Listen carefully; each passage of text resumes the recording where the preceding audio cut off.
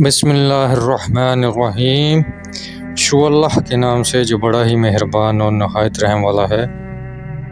اب آگے ذکر کرتے ہیں حضرت عبداللہ کا، جو کہ رسول اللہ صلی اللہ علیہ وآلہ وسلم کے والد گرامی تھے۔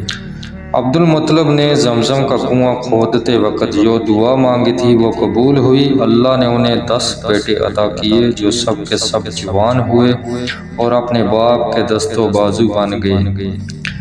ان 10 جوان بیٹوں میں عبداللہ سب سے خوبصورت اور باپ کے بہت لاڈلے تھے۔ اب عبد المطلب کو اپنی قسم پوری کرنے کی فکر لاحق ہوئی۔ بیٹوں کو اپنی قسم کے بارے میں بتایا تو سب ہی بیٹوں نے باپ کے سامنے سر ہم تسلیم کر دیا، جس پر قرعہ اندازی کی نوبت آئی۔ قرعہ کے نتیجے میں سب سے زیادہ لاڈلے اور پیارے بیٹے یعنی عبداللہ کا نام نکلا۔ ایک روز عبد المطلب اپنے اس لاڈلے بیٹے کو قربان کرنے کی غرض سے جب کعبۃ اللہ کی طرف لے جانے لگے تو گھر سے روانگی کے وقت عبداللہ کی بہنوں کی حالت بگڑ گئی اور وہ زور زور سے رونے لگی، جس پر وہاں لوگوں کا مجمع اکٹھا ہو گیا۔ سرداران قریش بھی آ پہنچے۔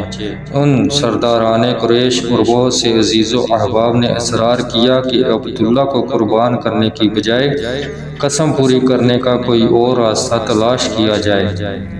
ان لوگوں کے اس اصرار کے نتیجے میں عبداللہ کے بھائیوں میں سے ابو طالب نے بھی ہمت کی اور والد سے التجا کی کہ عبداللہ کو قربان نہ کیا جائے، کوئی اور راستہ تلاش کیا جائے۔ ان سب لوگوں کے شدید اصرار پر عبد المطلب نے کہا کہ پھر تم ہی لوگ اس مسئلے کا کوئی حل مجھے بتاؤ۔ اس پر سب نے طے کیا کہ یثرب یعنی مدینہ میں جو ایک مشہور کاہنہ رہتی ہے اس سے رجوع کیا جائے، وہی اس مسئلے کا کوئی حل بتائے گی۔ چنانچہ یہ لوگ طویل سفر طے کر کے مکہ سے مدینہ پہنچے۔ وہاں پہنچ کر معلوم ہوا کہ وہ کاہنہ تو آج کل مدینہ سے مزید آگے خیبر گئی ہوئی ہے اور کچھ معلوم نہیں کہ وہاں سے اس کی واپسی کب ہوگی۔ تب یہ لوگ مدینہ سے خیبر پہنچے، کاہنہ سے ملاقات ہوئی، تمام صورتحال بیان کی، جسے سن کر اس نے دریافت کیا کہ تمہارے یہاں اگر کوئی کسی کو قتل کر دے تو اس پر مقتول کے ورثاء کو قاتل بطور فدیہ خون بہا کیا چیز ادا کرتا ہے؟ انہوں نے جواب دیا کہ ہمارے یہاں خون بہا 10 اونٹ مقرر ہے۔ یہ سن کر کاہنہ نے کہا کہ ایک طرف عبداللہ اور دوسری طرف 10 اونٹ رکھے جائیں اور پھر ان دونوں کے درمیان قرعہ اندازی کی جائے۔ قرعہ اندازی کی گئی، نام عبداللہ کا نکلا۔ کاہنہ نے کہا 10 اونٹ بڑھا دیے جائیں، یعنی ایک طرف عبداللہ اور دوسری طرف 20 اونٹ۔ چنانچہ دوبارہ قرعہ اندازی کی گئی مگر نام عبداللہ کا ہی نکلا۔ اس کاہنہ کے کہنے پر ہر بار 10 اونٹ بڑھتے رہے اور قرعہ اندازی ہوتی رہی۔ آخر جب 100 اونٹ ہو گئے اور قرعہ اندازی کی گئی تو پورا اونٹوں کے نام نکلا۔ تب کاہنہ نے کہا کہ عبداللہ کی بجائے ان 100 اونٹوں کو قربان کر دیا جائے، یوں قسم پوری ہو جائے گی۔ لیکن عبد المطلب نے مزید اطمینان کے لیے ایک بار پھر قرعہ اندازی کی اور تب بھی اونٹوں کے نام ہی قرعہ نکلا۔ تب عبد المطلب مطمئن ہو گئے اور ہنسی خوشی خیبر سے واپس مکہ پہنچے اور اپنے پیارے اور لاڈلے بیٹے کے عوض 100 اونٹ کعبۃ اللہ کے سامنے قربان کیے اور ان کا گوشت اسی جگہ غریبوں اور مسکینوں کے لیے چھوڑ دیا۔ اور یوں عبد المطلب بیٹے کی جان بچ جانے پر بھی خوش ہو گئے، نیز یہ کہ اب انہیں اس بات کی بھی بے حد خوشی تھی کہ ان کی قسم پوری ہو گئی اور یوں ان کا رب بھی ان سے راضی ہو گیا۔ یوں ہمارے پیارے رسول صلی اللہ علیہ وآلہ وسلم کے سلسلہ نسب میں قربانی کا واقعہ ایک بار نہیں بلکہ 2 بار پیش آیا۔ پہلی بار حضرت ابراہیم علیہ السلام اور ان کے لخت جگر حضرت اسماعیل علیہ السلام کے ساتھ، اور دوسری بار عبد المطلب اور ان کے لخت جگر عبداللہ کے ساتھ۔ نیز یہ کہ اس واقعے کے نتیجے میں خون بہا 10 اونٹوں سے بڑھ کر اب 100 اونٹ مقرر ہوا، جس کے نتیجے میں انسان کی قدر و قیمت بڑھ گئی۔ نیز قتل و خون ریزی کے واقعات میں بھی کافی کمی آ گئی کہ اب قتل کرنے سے پہلے ہر کوئی بار بار سوچتا کہ اب 10 کی بجائے 100 اونٹ دینا پڑیں گے۔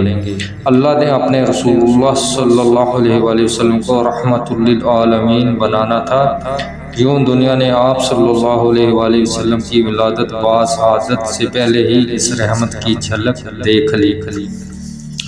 اب آگے بات کرتے ہیں عبداللہ کی شادی کی۔ قبیلہ قریش کے سردار عبد المطلب کے لاڈلے بیٹے، ان کی آنکھوں کے نور اور دل کے سرور یعنی عبداللہ جب 100 اونٹوں کی قربانی کے عوض قربان ہونے سے بچ گئے اور زندگی کا سفر رواں دواں ہو گیا تو عبد المطلب کو اپنے اس خوبصورت و خوبصیرت بیٹے کی شادی کی فکر دامن گیر ہوئی۔ قبیلہ قریش کی جو متعدد شاہیں اور پھر ان میں جو بہت سے خاندان تھے، ان میں بنی زہرہ کے نام سے ایک بڑا معزز خاندان تھا۔ اس خاندان کے سربراہ کا نام وہب تھا۔ وہب اپنے حسب نسب خاندان کی سربراہی و سرداری کے علاوہ شرافت و دیانت اور اعلیٰ اخلاق و کردار کے لحاظ سے بھی بہت معروف تھے اور معاشرے میں ان کی بڑی قدر و منزلت تھی۔ وہب کی ایک نہایت چہیتی اور لاڈلی بیٹی تھی جو کہ عصمت و عفت اور شرافت و نجابت میں اپنی مثال آپ تھی، اور اس لیے خاندان میں اس کا منفرد اور ممتاز مقام تھا۔ اس لاڈلی بیٹی کا نام آمنہ تھا۔ عبد المطلب کی نظر میں اپنے لگتے جگر عبداللہ کے لیے قبیلہ قریش کی بہت سی خاندانی لڑکیاں تھیں، لیکن ان کی یہ دلی خواہش تھی کہ کسی طرح عبداللہ کا رشتہ وہب کی اس بیٹی آمنہ کے ساتھ طے ہو جائے۔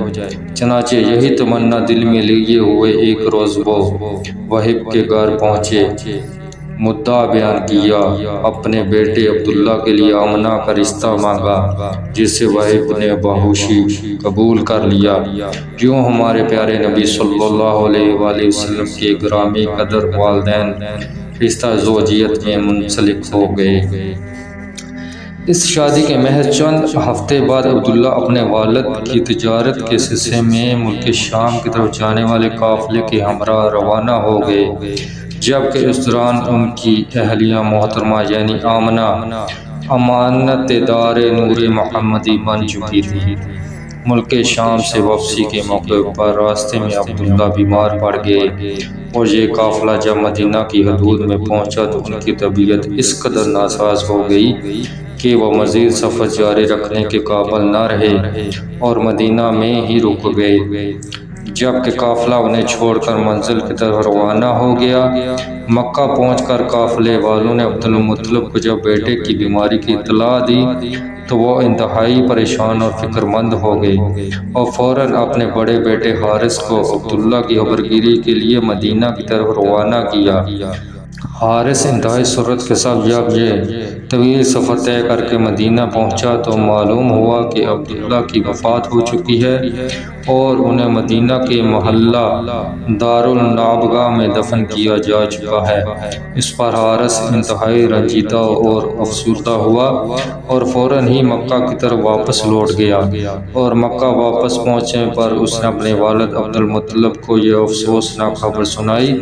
انتقال کے وقت جناب عبداللہ کی عمر صرف 25 برس تھی، جبکہ سیدہ آمنہ کی عمر اس سے بھی کم تھی۔ یوں سیدہ آمنہ اپنے محبوب شوہر کی امانت لیے ہوئے عین عالم شباب میں بیوہ ہو گئیں، جبکہ وہ امانت ابھی اس دنیا میں آئی بھی نہیں تھی۔